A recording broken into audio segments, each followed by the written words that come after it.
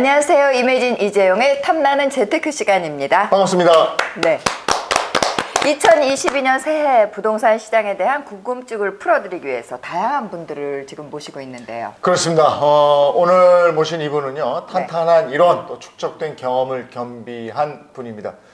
투자 전략의 귀재라고 불리는 부동산 전문가 이승훈 소장과 함께합니다. 어서 오세요. 네, 안녕하십니까. 반갑습니다. 네, 반갑습니다. 일단 모습이 네. 날카로워 보이세요. 굉장히 예리하게 분석가. 네, 네. 하실 것 같아요. 그렇습니다. 그러면 네. 예리한 분석가시니까 단도직입적으로 2022년 올해의 부동산 네.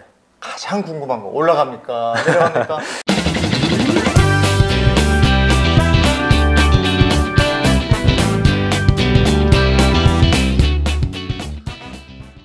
(2022년) 올해의 부동산 가장 궁금한 거 올라갑니까? 내려갑니까? 이 질문을 참 많이 받는데요. 제 의견으로는 올라갑니다. 올라갑니다. 네, 여봐. 올라가요. 뭐 여러 가지 그 원인과 이유가 있고 또 그 전에는 사실 지난 3, 4년 동안에 워낙에 경기도 좋기도 했고 대부분의 전망들이 이제 올라간다는 쪽이 많았었는데 이번 연말에는 내년 그러니까 22년도 시장에서는 좀 혼선이에요. 전문가분들이 올라간다고 하시는 분도 있고 하락한다고 하시는 분도 상당히 많아졌죠. 그래서 이제 어떻게 될지 지켜봐야 되는데 제가 봤을 때는 그동안에 올랐었던 이유는 뻔하죠. 일단은 경기 상황 자체, 그 유동성 자체가 워낙에 풍부했죠. 코로나로 인해서 재정을 많이 풀고 또 금리도 워낙에 역대 최저금리 아니었습니까? 그런 상태에서 공급도 부족했었기 때문에 당연히 올라갈 수밖에 없었고 다만 22년 혼선이 일어나는 것은 그 두 가지 중에 공급이 부족한 건 여전히 계속되고 있습니다. 한쪽 이 유동성을 흡수를 하고 있는 상황이죠. 또 금리 인상도 올해 들어서 한 2번 정도는 최소한 하지 않을까라는 전망이 우세하고 그러다 보면은 금리 자체도 코로나 이전 금리로 회복을 하고 또 대출 금리도 좀 굉장히 비싸단 말이죠. 대출 규제를 하게 되고 어쨌든 돈을 흡수를 하기 때문에 한쪽에서는 공급이 부족한 상방 압력이 있는 거고 한쪽에서는 유동성 흡수면서 하방 압력이 있어서 이거를 충돌을 했을 때 어느 쪽에 효과가 더 큰지를 가늠을 다 개인별로 틀리신 거죠. 저는 여기서 공급 쪽에 좀 더 우선순위를 주고 좀 가중점이라고 해야 될까요? 그런 걸 준다고 봤을 때는 작년만큼의 상승률은 아니지만 상승 방향으로는 갈 것이다. 그렇게 예측을 하고 있는 거예요. 근데 지난해에는 많게는 뭐 한 20, 30% 올랐지 않습니까? 그렇죠. 근데 30%까지? 그렇게까지 올랐어요. 강남의 일부 아파트는 판매되는 가격이 그랬다고 그래요. 근데 이런 마당이고 근데 오늘이 1월 6일이에요. 근데 오늘 시점에서 보면 일단 세종, 그 다음에 대구 떨어졌어요. 그 다음에 대전도 내려간다며. 대전도 조금 내려가고 있고요. 그 다음에 청약 시장에서는 뭐 미분양이 나고 있어요. 이런 거 떨어지는 거 아닙니까? 그렇죠. 그러니까 이게 어차피 부동산이라는 것은 전체적으로 움직이는 시장이 아니고요. 우리가 양극화라는 키워드도 많이 쓰잖아요. 지역별 분석을 좀 달리 해줘야 되는 부분이 있어요. 전제를 항상 까는 게 올라가는 지역이 있고 또 하락하는 지역이 있고 이렇게 다양한 거지 뭐 전국이 다 올랐다가 전국이 다 빠지고 이건 아니거든요. 그래서 지금도 거래량이 없다고 하는데 거래량이 없는 게 두 가지 이유가 되는 거죠. 하나는 매수자들이 그 금액을 사지 않기 때문에 거래가 없는 그런 현상이 있는 거고 오히려 강남이라든가 이런 압구정동이나 반포나 이런 쪽으로 가게 되면 역시 거래가 없는데 현장을 가서 그 부동산 사장님들하고 얘기를 나눠보게 되면은 매수자는 여전히 많대요. 매수자는 여전히 많은데 물건이 안 나온다는 거죠. 이건 아무래도 아시겠지만 똘똘한 한 채의 현상이 강화되게 되면서 강남에 있는 것들은 절대로 꽉 쥐고 있겠다는 심산이 강하거든요. 그러다 보니까 거래량이 똑같이 없지만 하나의 원인이 아니라 두 가지 원인이 공존을 하는 거죠. 그래서 한 지역에서는 거래량이 없지만 계속 신고가를 찍고 있는 거고 한쪽에서는 거래량이 없으면서 가격이 빠지는 현상이 나타나는데 방금 말씀하셨던 것처럼 세종이나 대구나 이런 쪽에서는 제가 아까 두 가지 요인을 말씀드렸잖아요. 유동성 흡수라는 거는 전국이 다 똑같이 되는 거죠. 그런데 이쪽에서는 공급이 부족한 지역이 있고 공급이 많은 지역이 있어요. 그럼 공급이 많은 쪽은 이것도 하방, 이것도 하방이면 가격이 하락할 수밖에 없는, 조정을 받을 수밖에 없는 거죠. 그래서 세종이라든가 대구 같은 것들이 조정을 받는 이유는 유동성도 흡수된 상태에서 공급량도 떨어지기 때문에 어쩔 수 없이 가격이 하락을 하는 거죠. 당분간은 그런 추세가 이어지겠죠. 근데 서울도 지금 어디였죠? 거기 집값이 조금 떨어져서 팔렸다고 얘기하던데 그 강북 쪽 지역에서 일부 지역은 그럴 수 있는데 서울 전체적으로는 하락하기가 좀 어렵죠. 그러니까 아주 미미한 부분적인 얘기인가 봐요. 최근에 책을 내셨는데 그 책에서 보면 5년 동안은 네. 우상향이다. 네. 이렇게 말씀하셨어요. 아주 딱 부러지게 얘기하셨는데. 앞으로 네. 5년? 예. 그러니까 서울이나 수도권을 기준으로 주로 말씀을 드렸던 부분이고 서울 수도권에서는 이제 그 공급에 대한 부분이 나올 게 없어요. 지방은 사실은 집이 부족하다, 뭐 인구가 늘어나고 수요가 많아졌다. 그렇게 되면은 주변에 개발할 택지가 굉장히 많지 않습니까? 그렇게 논밭 같은 거 토지 개간해서 지으면 되는 건데 서울이나 수도권 쪽에서는 사실 특히나 서울 같은 데서는 그런 대규모 택지가 없잖아요. 그럼 결국은 재개발이나 재건축을 통해서 기존의 주택을 멸실시킨 다음에 지어야 되는 건데 네. 그게 사실 재개발 재건축을 그동안에 굉장히 지금도 마찬가지지만 규제가 심하잖아요. 그러니까 서울은 택지 개발은 없고 재개발 재건축의 유일한 공급 해법인데 그거를 막고 있으니 당연히 공급이 부족한 거죠. 네, 그렇게 돼서 서울은 가격이 올라가는 거고 그러면 5년이라고 제가 얘기를 했던 건 뭐냐면 5년 뒤에는 어떻게 변화가 있느냐 3기 신도시가 공급될 수 있는 시기로 보는 거예요. 정부 입장에서는 2025년부터 입주를 시작하고 네. 26년 이렇게 얘기를 하는데 제가 봤을 때는 지금부터 5년이게 되면 27년까지는 공급이 부족할 거라고 봅니다. 그러니까 한 2년 정도나 3년 정도 보통 기존의 신도시나 이런 것들도 딜레이가 되고 또 지하철도 언제 개통한다 그러면 항상 딜레이 되는 거 많이 보잖아요. 그런 것처럼 이것도 그런 현실적인 부분을 감안했을 때 한 2028년 정도가 돼야지만 입주한다고 가정하면 27년도까지는 서울이나 수도권 같은 경우에 가격이 이제 상승 쪽으로 좀 더 움직임이 있지 않을까라고 이제 예상을 해보는 거죠. 야, 그럼 대통령 임기가 5년이니까 이번 대통령 임기 끝난 다음부터 집값은 조정을 받겠네요. 왜냐하면 정책에 대해서 부동산이 많이 영향을 받기는 하는데 두 분 다 지금 이제 후보자 분들께서 공급 대책 내놓으신 거 보게 되면 네. 양쪽이 거의 한 250만 원을 공급하겠다라고 말씀들을 하세요. 물론 하나는 이제 공공 위주고 하나는 민간 위주긴 한데 약간 차이점이 있습니다만 근데 이제 그렇게 공약을 내보는 것과 이분들이 열심히 일을 안 한다는 게 아니라 현실적으로 그 공약이 현실화되는 것도 굉장히 괴리가 가능성. 있습니다. 예. 지금까지 봐왔을 때 그래서 그런 부분을 감안하게 되면은 250만 원 공급이 제대로 될까라는 부분과 맞물려서 생각해 보게 되면은 결국은 제가 볼 때는 한 4, 5년 정도는 아마 공급이 서울 수도권은 쉽지 않아 보이고 그렇다면은 가격은 뭐 미미하게나마 상승 쪽으로 어쨌든 기울 것이다라고 보는 거죠. 근데 그 집을 사는 사람들은 집을 사가지고 뭐 1, 2년 있다 팔고 이러지 않잖아요. 그렇죠. 집을 보유한 사람들이 보유 기간을 보면 평균적으로 한 11년 정도 된다고 그러는데 네네. 그렇다면은 5년 후에 떨어질 건데 지금 뭐하러 삽니까? 이런 질문이 또 나오죠. 뭐 하락한다 그런 개념은 아니고요. 5년, 그러니까 서울이나 수도권은 이제 장기 우상향 패턴으로 가는 거고, 근데 이런 건 있죠. 예를 들어서 이제 간단하게 생각을 해보면 지금 이렇게 저점에 지금 현재 시점에 가격이 이렇게 되면은 5년간 이렇게 올랐다가 조정을 받으면 이렇게 내려가는 게 아니라 이렇게 내려가는 거예요. 그러면은 예를 들어 금액으로 따지면 지금 10억짜리 집을 샀는데 네. 이게 15억을 갖다가 네. 13억으로 떨어졌다고 하더라도 네.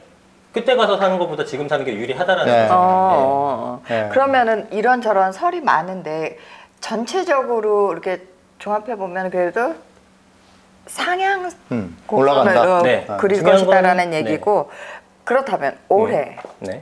집을 꼭 사야 되나? 그러니까 올해 집 사는 거에 대해서는 어떻게 생각하세요? 기다리냐 사냐? 네. 뭐 아까 말씀하셨던 대구나 세종 같은 경우는 조금 기다려 보셔도 될 것 같고 예를 들어 근데 뭐 대구 시장 같은 데도 지금 공급이 되게 많아가지고 미분양이 나고 있는 건 사실인데 조금 더 조정받을 수 네. 있다. 그렇죠. 네. 그런데 그런 것들에서는 이제 결국은 지금부터 걔네들은 3, 4년 정도가 또 공급이 많거든요. 그 이후에도 공급이 좀 부족할 수 있기 때문에 공급이 부족하다기보다는 다시 수요가 늘어날 수 있기 때문에 분양권 상태에 있는 것들은 한번 해보실 만해요. 뭐 대구시장, 세종시장 거기 공급 많아서 안 되는데 무조건 안 하는 게 아니라 거기서도 좋은 지역, 뭐 대구의 뭐 수성구라든가 동성구 쪽이라든가 이런 쪽은 또 괜찮거든요. 네. 그래서 거기서 지금부터 이제 선분양해가지고 입주가 되려면은 한 2025년 하반기나 뭐 이렇게까지 가는 것들도 있어요. 네. 그런 것들은 그 정도 시장이 되게 되면은 4년이라는 시간이 흘렀고 또 중도금 같은 것들은 이제 대출 받으니까 실질적으로 투자자나 실거주자들이 계약금, 분양가 중에 계약금만 걸고 4년을 버틸 수가 있는 거거든요. 그럼 사실은 시간이 지나게 되면은 이제 뭐 물가 상승률에 연동해서 올라가기만 하더라도 시간이 돈을 벌어주는 개념이기 때문에 그런 형태로 이제 투자를 하시면 될 것 같고 일반적인 구축 아파트나 그 실거주를 당장 하실 분들은 공급이 부족한 거 요즘엔 데이터가 워낙 잘 나오니까 부족한 지역들 뭐 대표적으로 서울이라든가 경기 일부 지역들 이런 지역들은 지금이라도 사셔도 돼요. 다만 이제 너무 무리하게 금리가 올라갔을 때 그 조정이라기보다 이제 자기 현금 흐름이 무리하게 돼서 이게 뭐 못 버티는 분들 이런 분들이 없게끔 적당한 선에서 하시면은 전 지금이라도 구입하는 것이 맞다고 봅니다. 너무 무리만 하지 않을 경우 구입하는 것이 바람직하죠. 그러면은 네. 그 서울 지역 얘기해 주셨으니까 서울 지역 한번 이렇게 지도 보면서 네. 유망 지역이라고 그럴까요? 네네. 한번 꼽아 주셨으면 좋겠네요. 첫 번째로는 동대문구를 한번. 아, 동대문? 네, 동대문구로 뭐 말씀드리면. 저기 요즘 얘기를 많이 들어요. 동대문구가. 교통도 편하고 그렇다면서요? 그렇죠. 교통이 이제 굉장히 중요한 요소가 되는데 네. 이쪽 일대 이제 그 청량리역이 있지 않습니까? 네. 청량리역이 10여 년 전만 하더라도 굉장히 사실은 네. 낡은 모습이었지만 최근 가보게 되면은 뭐 천지개벽했다라는 글쎄요, 표현이 그렇더라고요. 정확할 정도로 어마어마하게 발전을 거듭하고 네. 있습니다. 근데 실제로 지금 청량리역에 그 여러 가지 노선이 지나가지만 계획된 노선까지 다 들어가게 되면 한 10개 노선까지도 들어갑니다. 그래서 교통의 이제 집결지와 허브가 되는 건데 그만큼 교통이 편리하다라는 것은 많은 사람들이 몰릴 수 있고 또 인프라가 개발되는 거잖아요. 그러니까 실수요와 투자가 굉장히 관심을 많이 받고 있는 형태가 되고 그다음에 이제 마포구나 용산구나 성동구 뭐 이런 쪽에 한강변에 붙은 것들 이제 우리 마용성이라고 표현하잖아요. 굉장히 많이 올랐습니다. 경진구도 마찬가지고 그러다 보니까 보통은 이제 서울에서는 이 위쪽에서 강북 쪽에서는 아래로 내려올수록 가격이 좀 비싸고요. 네.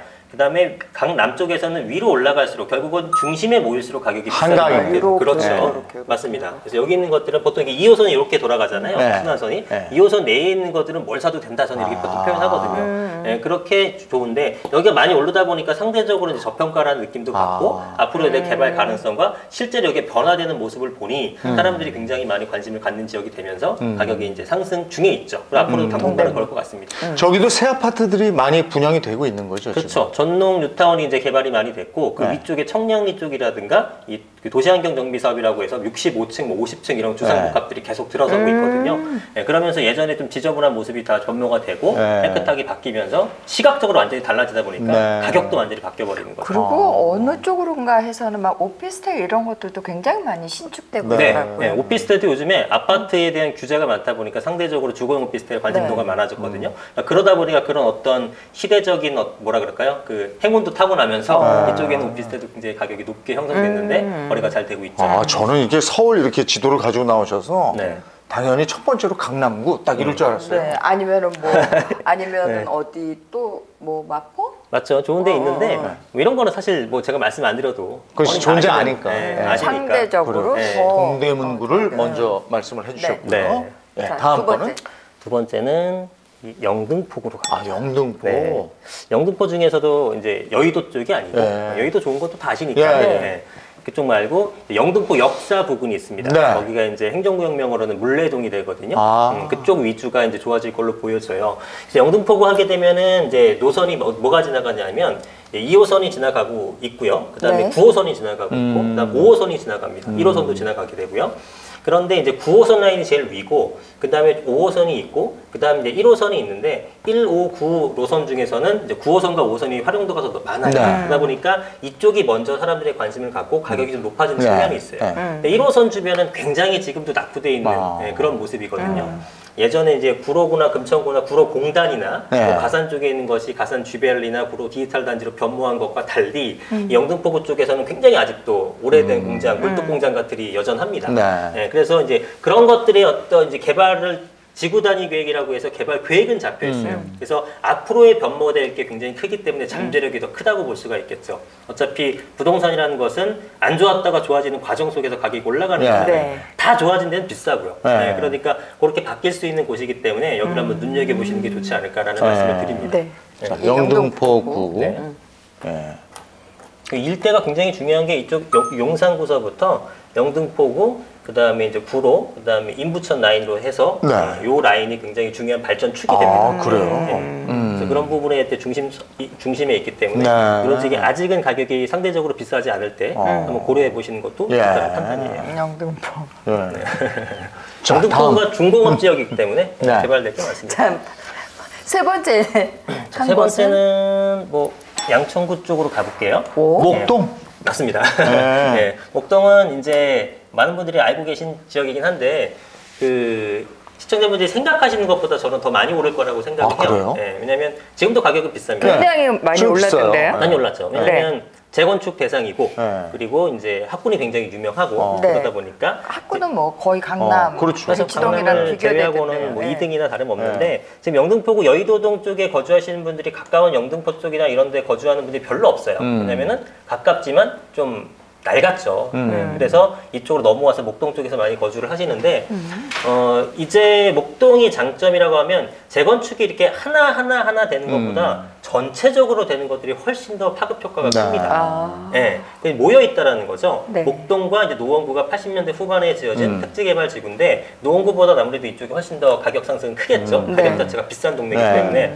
그래서 우리 단지 아파트 하나가 올라가는 것보다 나도 바뀌고 너도 바뀌고 다 바뀌게 되게 되면은 가격이 왕창 오르는 현상이 나옵니다. 그래서 강동구 같은 경우도 기존에 보통 우리가 한 4년 전만 해도 4, 5년 전만 해도라도 2017년도쯤 기억해요. 제가 거래해드렸던 아파트들이 가격이 6억이 채 안 됐습니다. 5억대였는데 지금은 그게 한 15억까지 올라갔고 네. 새 아파트는 18억에서 20억까지 지금 하고 있거든요.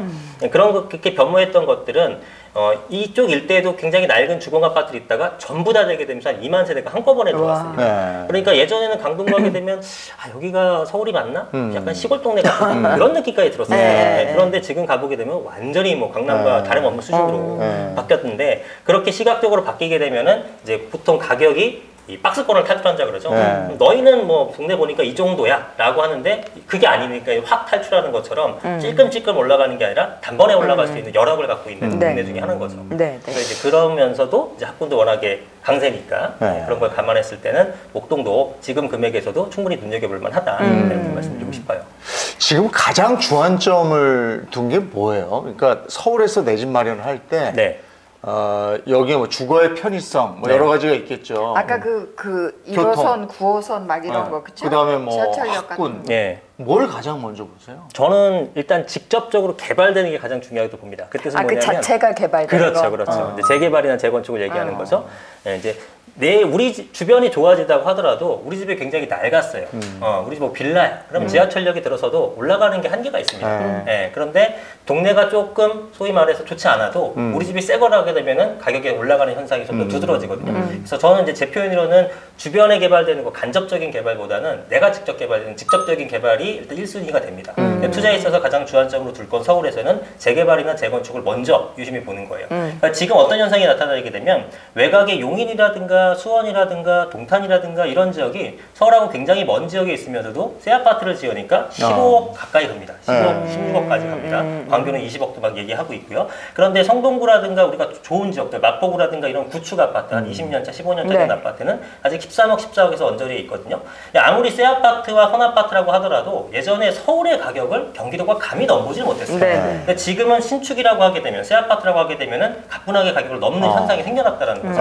그래서 신축에 대한 사람들의 니즈가 굉장히 강해졌기 때문에 뭐 지금 신축 사게 되면 너무 비싸니 미래의 신축이라고 할 수 있는 재개발 재건축을 미리 선점하는 것이 좋겠다는 겁니다. 재건축 재개발의 여력이 있는 동네를 네. 지금 들어가서 선점하면 되겠네요. 그렇죠, 그죠? 그렇죠. 예.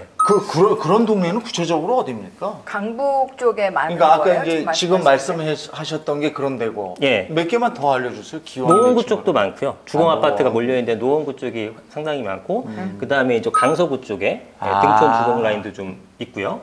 이쪽이 거기는 좀 한강변인데 거죠? 그죠? 그렇죠. 그러니까 그런 데가 일단 가치가 높죠. 네. 노원구, 강서구. 맞아. 여기 강서구 이쪽이 한강변인데 오래된 데가 있어요. 저희 있는 마곡 이쪽 주변이죠. 이쪽도 많죠. 네.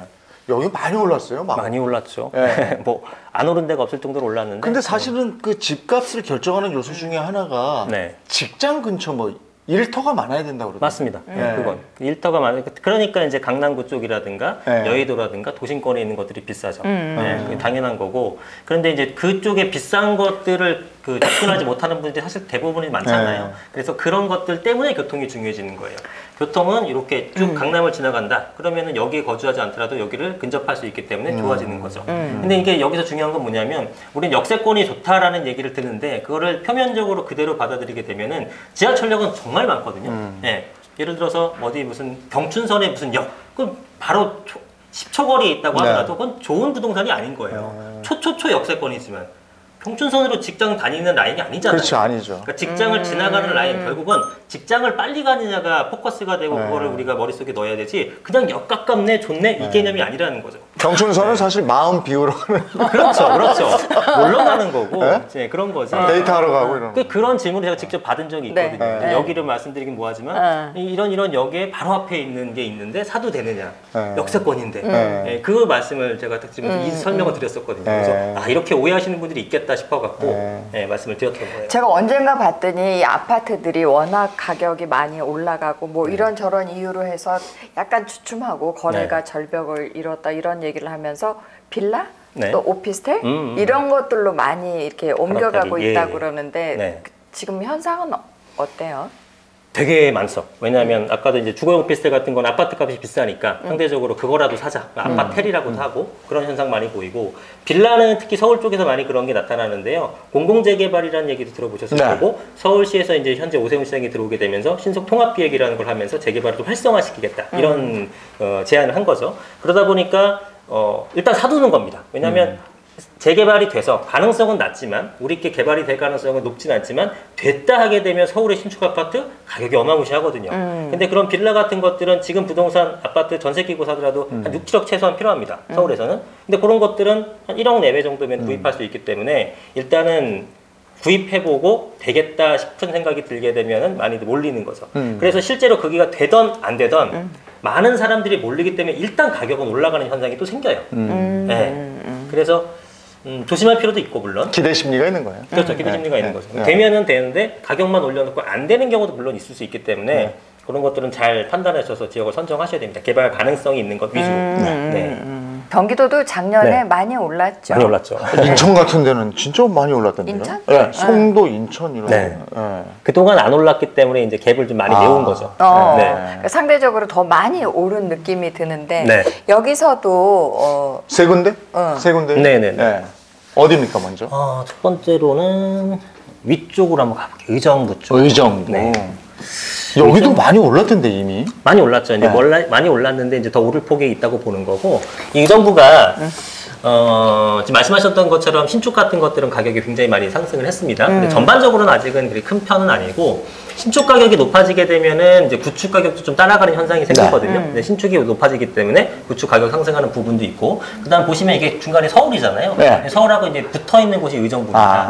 근데 사실은 의정부가 과천도 붙어 있고 성남도 붙어 있고 의정부도 똑같이 붙어 있는데 가격은 사실 얘네가 비교가 못 되잖아요. 네. 그랬던 건 아무래도 과천, 성남 이런 그 경기 남부권 쪽에서는 여기 강남에 붙어 있어요. 그렇죠. 강남에 붙어 있는 거고 여기는 똑같이 서울에 붙어 있지만 이쪽에 직장이 없잖아요. 네. 그러니까 단순히 붙어 있는 것만으로는 의미가 없다라는 거죠. 그래서 이제 그동안 여기 이제 위쪽을 보통 우리가 노도강이라고 얘기하잖아요. 네. 노원구, 그다음에 이제 강북구, 이제 도봉구 이런 쪽인데 그쪽에 있는 그 부동산 가격이 높지가 않았습니다. 네, 그러다 보니까 의정부도 높아질 리가 없는 거죠. 근데 얘네가 지금 굉장한 약진을 했거든요. 네. 특히 노원구 주공아파트 중심으로 가격이 많이 상승했기 때문에 그런 것들에 따라서 얘가 영향을 받는 겁니다. 그래서 얘가 많이 높아졌기 때문에 이 거의 차이가 없는 수준인데 가격이 이렇게까지 차이 나는 게 맞는 거냐 하면서 반발하고 올라가게 되면 또 시장에서 그것도 인정을 해줍니다. 네. 네, 그래서 의정부 쪽은 전반적으로 어떤 전체적인 개발 잠재력 이런 느낌보다는 그 강북 주변에서. 쪽, 서울 쪽의 그 동부권 쪽이 가격이 상승하게 되면서 그거에 대한 여파를 받을 것이다라는 판단에서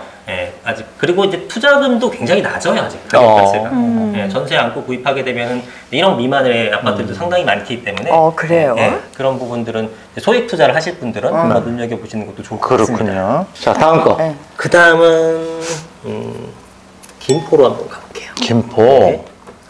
이쪽 지역도 요즘 많이 개발되더라고요. 많이 개발되죠. 김포 중에서도 이제 역세권에 쪽에 있는 것들이 네. 좀 눈여겨 볼 만한데, 이제 어쨌든 서울의 외곽에 있는 것들은 약간 미성도시 개념으로 서울하고 접근성이 굉장히 가격에 영향이 중요합니다. 네. 김포 쪽으로서는 이제 여의도 쪽이라든가, 이제 서남권 쪽도 개발이 많이 돼서, 네. 구로나 그 금천구 쪽의 가산이라든가, 영등포 쪽이라든가, 여의도, 그다음에 여기 있는 마곡지구라든가 마곡. 굉장히 많은 업무지구가 생겼거든요. 네. 거기에 대한 접근성이 굉장히 나쁘지 않은 편이에요. 근데 일단은 어찌됐건 요 주변에 있는 것들보다 여기까지 가는데 좀 시간이 걸립니다. 여기까지 갔다가 또 우리 집까지 한참 거기에 되게 되면 굉장히 오래 걸리는 소요가 되는 거라서 역세권에서 좀 멀어지는 비역세권 쪽은 보다는 가격 차이가 지금 비록 있겠죠. 비역세권보다 역세권이 비싸다고 하더라도 이 격차는 더 멀어질 가능성이 높아요. 제가 봤을 때는. 그 다음에 이제 김부선이라고 해서 GTX D라는 네. 김부선. 김포와 부천 네. 라인이라고 해서 네. 김부선이라고 표현하는데 네. 그쪽에 이제 뭐 장기역이라든가 그런 쪽에 있는 것들도 주변을 둘러보니 구축 아파트가 가격이 오르긴 했습니다만 아직은 크지 않은 것 같아서 그런 쪽도 이제 눈여겨 보시면 좋을 것 같습니다. 네. 저희 하나 네. 마저 네. 쳐주시죠. 용인 쪽으로. 어. 네, 용인이 굉장히 넓잖아요. 네. 용인 중에서는 이 위쪽으로 이제 수지구 쪽. 용인 개발 많이 됐어요. 용인 수지 쪽으로. 엄청 네. 됐습니다. 네. 그리고 이제 그동안 소외되었었던 용인 시청 있는 네. 북지구라든가 이런 쪽도 상당히 많이 택지 개발되게 되면서 가격이 올랐습니다. 근데 오늘 이제 볼 것은 이 신분당선 라인 있는 수지구 쪽이에요. 이쪽은 신분당선이 들어서게 되면서 판교라든가 강남 접근성이 굉장히 좋아졌고 학군도 상당히 유명한 네, 곳입니다. 네. 그러다 보니까 실수요자분들이 되게 많아서 탄탄하게 네. 가격이 유지가 되는 곳이고 또 이쪽 일대가 이제 그 신분당선 자체를 한번 타보시게 되면 속도가 가장 빠른 노선 중에 하나입니다. 네. 그래서 그런 것들을 생각하게 되면은 용인 수지구 쪽도 가격이 오를 것 같고요. 그 중에서도 신분당선 생기게 되면서 20평대, 30평대들이 많이 가격이 상승을 했어요. 아무래도 젊은 층들이 좋아하겠죠. 직장 가까우니까. 판교가 있으니까. 그렇죠. 판교에서 거주하시는 분들은 판교의 집값이 워낙 비싸니 네, 그런 거 부담되게 되면 불과 1, 20분이면 도착할 수 있는 용인 쪽 수지구를 노려본단 말이죠. 그래서 20평대, 30평대 그분들은 젊은 층들은 50평대 안 살 거 아닙니까? 보통 20, 30평대가 많이 올라서 상대적으로 대형 평수가 오히려 저평가가 되는 현상이 생겼어요. 그래서 요즘에 좀 반발로 조금 올라가긴 했지만 아직도 올라갈 여지가 있어서 이런 쪽에 대형 평수 같은 것, 이런 쪽에 대형 평수 같은 것도 올라갈 여지가 있다. 그리고 용인 진짜 자체적으로 말씀이 빠르시네요. 천천히 드시면 됩니다. 네. 드리고 싶은 말씀이 너무 많아서. 예. 용인 쪽에서는 또 용인이 이제 메가시티가 됐어요. 예. 인구가 100만이 넘어갔고, 예, 그러면서 이제 행정적으로도 여러 가지 지원도 받게 되고, 또 이제 플랫폼 시티라고 해서 한 100만 평 이상 개발하는 그 프로젝트도 있습니다. 예, 그런 것들까지 다 감안하게 되면 굉장히 잠재력이 큰 도시고, 예, 앞으로의 가격 상승은 기대해봐도 좋을 것 같다. 개발의 여지가 있는 곳을 쭉 말씀을 해주셨는데 네. 그 성남 쪽의 분당이요. 예. 일기 신도시죠. 그렇죠. 그러니까 일산 쪽도 그렇고. 네. 여기가 또 이제 재건축 연한이 됐다면서요. 분당 쪽 같은 경우에는 일기 도시가 5개잖아요. 네. 분당하고 평촌, 일산, 그다음에 부천, 삼본 이렇게 있는데 분당이 당연히 가장 높은 가격을 네. 형성하고 있는 곳이에요. 근데 이제 이 부동산이라는 것은 주변의 가격에 굉장히 밀접성이 큽니다. 네. 그래서 강남 근처에 있는 거, 강남 접근성 하는 것이 강남이 비싸다 보니까 주변에 있는 것도 비싸지는 효과가 생기는 거거든요. 그럼 분당은 뭘 기준하게 되면 판교를 기준하게 되는 거예요. 근데 판교는 서울에 갖다 놔도 25개구니까 그래도 한 5등 정도 할 정도로 판교는 거의 서울이나 성에서 굉장히 상위권에 들어가는 그런 지역이거든요. 근데 그것을 기준으로 분당이 이제 평가가 되는 거예요. 그럼 분당은 재건축했을 때 아파트 가격이 상당히 높아질 것 같고 예. 분당이 판교랑 비교해 보게 되면 판교 쪽이 좀 더 강남 접근성이 좋고 인프라 조금 더 잘 되어 있으나 분당이 만약에 새 아파트로 변모하게 되면 그 사이 판교는 굉장히 오래된 아파트가 되고 분당은 새 아파트가 되게 되면 가격은 역전되는 거예요. 네. 그러면은 지금 판교 가격도 굉장히 비싸고 앞으로도 올라갈 건데 그거보다 더 비싼 아파트가 분당이 되는 거죠. 그러면은 분당의 이제 재건축 대상 아파트들은 굉장히 좀 메리트가 있다고 보고 다만 이제 모든 아파트가 다 재건축되는 것은 아니고 우리가 대지 지분이라는 걸 보게 되잖아요. 용적률 이런 걸 보게 되고 그래서 여기 분당 같은 경우는 평균적으로 한 180% 용적률이라고 보는데 이게 쉽게 얘기해서 재건축이 될 만한 단지가 있고 좀 힘든 단지들도 있어요. 그거를 좀 잘 살펴보시고 힘든 단지들은 아무래도 요즘에 많이 하는 리모델링 형태로 움직이게 되겠죠. 그 기준이 그 용적률 180 정도 밑으로는 재건축, 그 그렇게 위로 보통 가면 보는데요. 리모델링 이렇게 가는 거예요. 네, 아주 그냥 러프하게 얘기하자면 180% 기준에서 거기 아래쪽이면 재건축이 좀 되고 네. 그 이상이면 조금 힘들다. 그러니까 보통은 정확하게 180에서 220 사이는 네. 리모델링이 좋을지 재건축이 좋을지 한번 시뮬레이션 해봐야 되고 180 미만이게 되면 재건축이 좀 유리하고 220 넘어가게 되면은 재건축의 사업성이 없으니 리모델링으로 가자 이렇게 보는 건데 서울도 그러나요? 서울도? 그게 이제 지역별로 틀린 겁니다. 왜냐하면 강남 같은 데서는 230%, 240%짜리도 다 재건축합니다. 왜냐면은 얘네들은 똑같이 부시고 한 채를 지었는데 30억에 분양할 수 있어요. 가격이 다르니까. 그렇죠. 근데 얘네들은 뭐 5억에 분양해요. 그럼 여긴 6채를 만들어야 거기 30억하고 똑같은 그러네, 거거든요. 그러네. 네, 그러다 보니까 여긴 사업성이 좀 나빠도 할 수 있고 다른 지역의 집값이 싼 데는 굉장히 사업성이 좋아야지만 네. 진행할 수 있는 거예요. 네. 근데 분당은 웬만하면 180 이하면 네. 재건축이 진행하겠죠. 예. 네. 경기도에 그러면 내가 집을 좀 사야 되겠다. 왜냐하면 네. 서울이 워낙에 비싸기 때문에 그렇죠. 경기권에서부터 시작을 해서 서울로 이렇게 올라온다는 얘기를 들었거든요. 예, 예. 그러려면 뭘 좀 주목해서 보고 네. 다음 전략을 짜야 될까요? 일단 말씀드렸다시피 서울하고 얼마나 가까운가. 근데 가까우면은 뭐 과천이라든가 뭐 과천 이미 비싸잖아요. 뭐, 강남 이런 데 안 된다 그러면 그 다음 거를 가는 겁니다. 여기가 좋으면 되고 들어갈 수 있으면 가고 안 되면 여기, 그것도 안 되면 여기 이렇게 이제 내려가면 되는 거죠. 그래서 일단 서울 쪽에 직장이 굉장히 많고 우리나라의 본사의 한 3분의 2 정도가 다 서울에 몰려 있거든요. 그래서 여기에 서울에 가깝냐 뭐냐 한마디로 출퇴근이 가능한 거리인가를 보는 거예요. 평택 같은 데서는 사실 출퇴근 비율이 출퇴근하기 너무 힘들기 때문에 어렵죠. 실제로 서울 출퇴근자를 봤더니 평택에서 2.2%인가밖에 안 나왔단 말이에요. 거의 없는 거죠. 그러면 대신에 평택 자체에는 뭐 삼성전자의 그 고덕 반도체 공장이라든가 이런 게 있기 때문에 했지만 그렇지 않은 지역에서는 굉장히 고전할 수 있기 때문에 내 자금이 되는 한 서울하고 최대한 가깝게 붙어가는 것이 이제 가장 중요한 키포인트죠. 교통편을 많이 봐야 되겠고 교통은 굉장히 중요하죠. 그러니까 접근성을 봐야 되는 거네요. 그렇죠. 그래서 GTX가 이렇게 날린 겁니다. 경기도 외에 또 주목해 볼 만한 지역은 또 어디가 있습니까? 지방 쪽으로는 일단은 굉장히 저렴한 가격의 아파트들이 있어요. 30평대 아파트도 막 2억 미만짜리도 있고 그렇습니다. 그래서 그런 것들은 이제 막 치고 올라가진 못해요. 왜냐하면 이제 그 동네의 수요가 한정되어 있기 때문에. 그러나 이제 소액으로 하실 분들은 어차피 이런 거 아무리 얘기해봤자 나 몇천만 원밖에 없는데 이런 분들 굉장히 많거든요. 그럼 의미 없는 좋은 일일 수밖에 없기 때문에 그런 분들은 이제 지방 쪽을 노려보시는 것도 괜찮은데 그랬을 때 이제 지방의 구축 아파트 같은 것들이 이제 그냥 갭으로 몇천만 원 정도 아니면 실거주 하실 분들도 비싸지 않은 금액으로 대출도 잘 나오는 편이잖아요, 지방은. 그렇게 이제 구입하시게 되면 그동안에 이제 가격이 워낙 낮으니까 그거에 대한 주변에 이렇게 많이 올랐는데 아무리 우리가 그쪽보다 동네가 안 좋고 인프라가 떨어진다고 하더라도 가격 격차가 그렇게 나는 건 말이 안 되거든요. 그래서 그런 것들로 가격이 상승하는 모습을 작년부터 보이고 있는데 아마 올해도 그러지 않을까. 그러면 내가 이제 그 돈 2억이 있어서 어디 전세를 갈까, 뭐 어떻게 할까 고민하는 분들이 있다면 2억을 가지고도 집을 살 수는 있죠. 그렇죠. 이제 조정 대상 지역이라든가 이건 좋은 지역 같은 데는 규제가 있는데 규제가 있는 것들은 대출을 잘 안 해주잖아요. 그런 것들은 쉽지 않을 거고 비조정 대상 지역 중에서 이제 2억으로 대출을 좀 어느 정도 일으켜서 그러니까 전세보다는 사야죠. 사는 거를 더 권하시는 거죠. 전세 갈 바엔 한 2억 정도가 있으면 맞춰서 살아. 그렇죠. 전세가가 굉장히 저는 많이 오를 거라고 봐요. 더 오른다고요? 이렇게 비싼데? 비싸죠. 비싼데 그 지금 이제 집을 만약에 현재 잘 구입을 안 하잖아요. 추석 이후에 좀 힘들어졌잖아요. 그러면 내가 집을 구하지 않는다. 매수를 하려고 했는데 매수를 안 했어요, 이번에. 하도 분위기가 합상하니까. 그럼 이분이 뭘 하겠습니까? 집을 매입하는 대신에 전세나 월세를 가겠죠. 그렇죠. 그러니까 이런 구입 안 하는 사람이 많아지게 되면 전세, 월세 수요자가 많아지는 거예요. 그리고 신혼부부들도 집을 살려다가 분위기 이상한데 전세로 가겠죠. 그러면 전세가는 지금 부족하다고 난린데 공급이 안 되니까 전세도 부족한 거잖아요. 집이 공급이 안 되는 거는 매매 공급도 안 되지만 전세 공급도 안 되는 겁니다. 그럼 공급이 안 되는 상태에서 이렇게 그 전세 수요자만 늘려놓게 되면 전세가가 당연히 상승하게 되는 거죠. 전세가 상승해서 매매가와 격차가 줄어들게 되면 다시 또 매매로 갈아타거나 갭 투자자가 생기면서 다시 또 벌리면서 매가가 올라가. 이 구조거든요.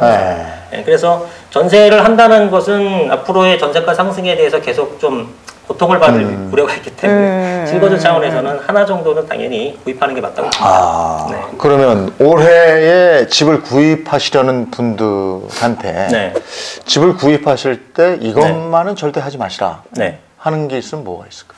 일단 지역을 잘 살펴보긴 해야 되는데 아까처럼 말씀드렸다시피 공급 좀 많은 곳에서는 좀 피하시는 게 좋을 것 같고 공급이 많은 지역? 공급이 많은 지역은 뭐 필연적으로 가격이 하락할 수밖에 없기 때문에 그리고 이제 공급이라는 게 예를 들어서 서울에서 10,000호 공급하는 것과 지방에 10,000호 공급하는 건 숫자는 똑같지만 느껴지는 건 전혀 틀리거든요. 서울에 10,000호는 사실 아무것도 아닙니다. 이건 오히려 호재예요, 호재.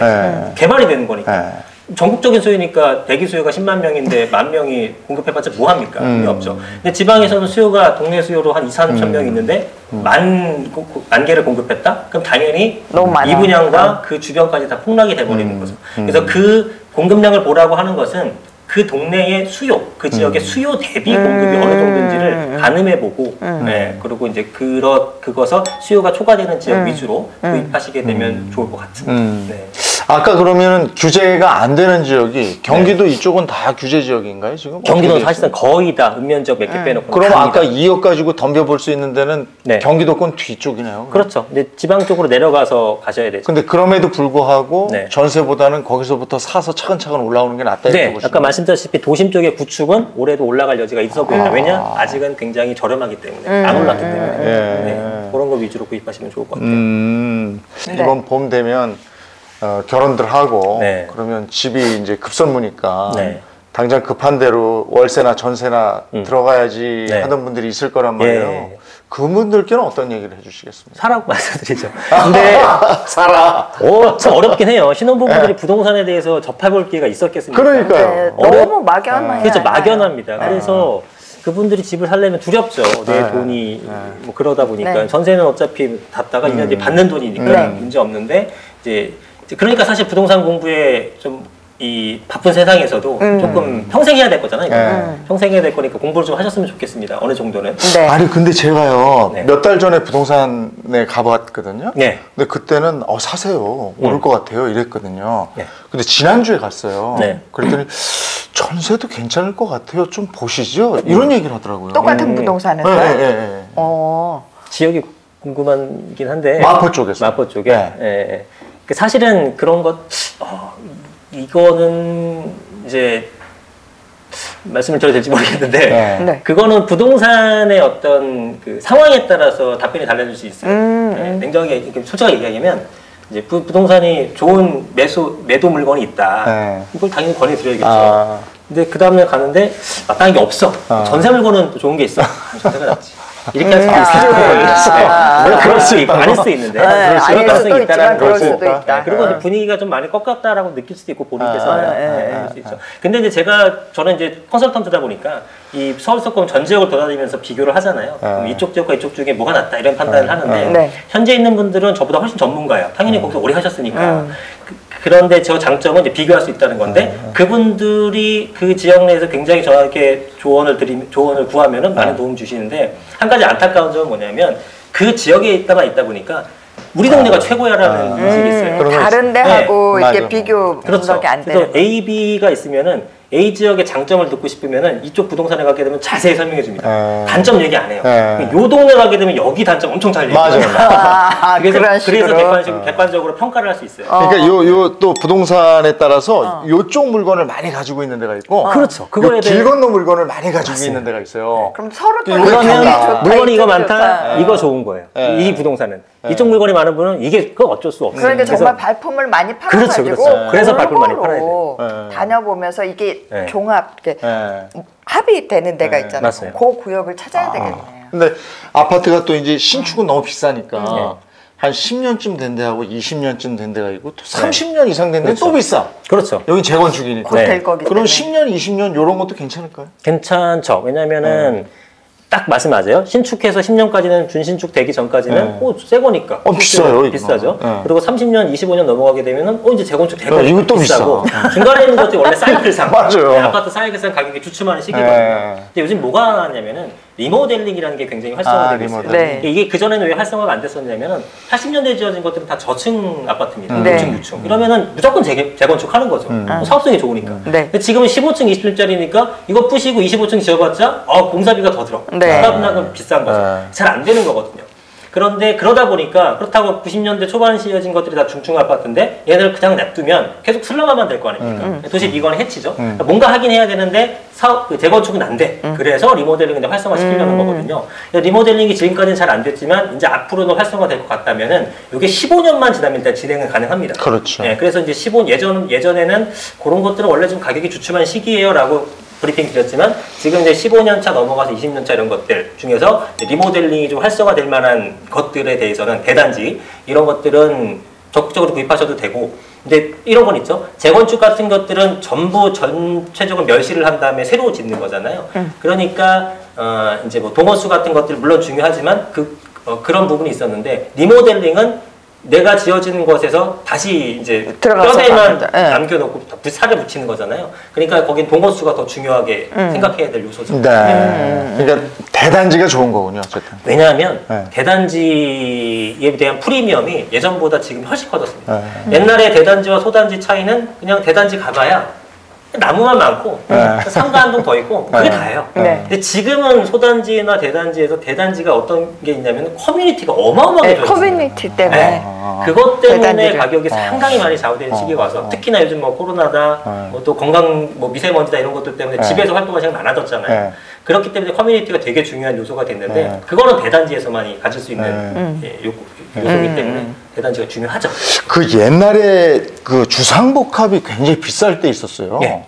그 이를테면 뭐 도곡동 타워팰리스라든지 뭐 이런 거요. 네. 근데 위치는 좋거든요. 네. 근데 제가 봐도 그 높은 저걸 나중에 어떡할까 싶은데 네. 지금 어떻게 할 때가 되지 않았어요? 그게 문제입니다. 지금 꽤 오래되지 않았어요? 그렇죠. 타워팰리스가 2000년대 초반이니까 네. 벌써 20년 됐습니다. 이런 거 괜찮아요? 아니 별로 이렇게 변하지 않죠. 그러니까 아파트가 거주하기 너무너무 편해요. 네, 네, 근데 그렇다고요. 이제 네. 아파트라는 것은 아까 말씀드렸지만 시간이 지나게 되면은 다시 새 아파트가 될 여지가 있기 때문에 좋은데 이런 주상복합 같은 거는 이미 용적률을 다 채웠기 때문에 부시고 지을 수가 없어요. 그러니까. 그러면 거기는 그냥 계속 그렇게 살아야 아니, 돼요? 이제 기술이 좋아서 리모델링 같은 건 하겠죠. 하죠. 할 수 있는데 그 어떤 리모델을 하려면은 어마어마한 비용이 들어갑니다. 일단 엄청난 고층이잖아요. 높잖아. 맞아요. 그렇죠, 높죠. 그래서 일단 새 아파트가 되게 되면 예를 들어 지금 강남에 한 20억짜리 뭐 주상복합이다. 네. 그러면은 이제 새 아파트가 하게 되면은 동네가 뭐 한 35억쯤 된다. 네. 그러면은 5억씩 거두세요 해도 20억에다 시세 20억인데 5억 더 주고 35억짜리 되면 하겠죠. 그런데 문제는 다른 지역에서는 5억씩 내서요. 우리 5억짜리 아파트인데 5억 내서 총 10억으로 우리가 저거 하게 되면 15억짜리가 됩니다. 그럼 5억 내고 10억 올라가니까 5억 벌 수 있는데 그 동네는 소득이 안 되는 거예요. 아, 그러면은 돈 벌 줄 알면서도 5억이 각출하지 못하니까 못하는 거죠. 그래서 주상복합이라는 리모델링은 그러니까 소위 말하는 좋은 지역들, 핵심 지역들, 소득 수준이 높은 동네 그런 쪽에서만 좀 움직이게 될 것이고 그렇지 않은 쪽의 주상복합들은 또 안타깝지만 계속 수선 뭐 보수 정도만 하면서 가야 되기 때문에 본인이 돈 내서 해야 되니까 그렇죠. 그게 만만치가 않다. 그렇죠. 알겠습니다. 오늘 이승훈 소장과 함께했습니다. 고맙습니다. 감사합니다.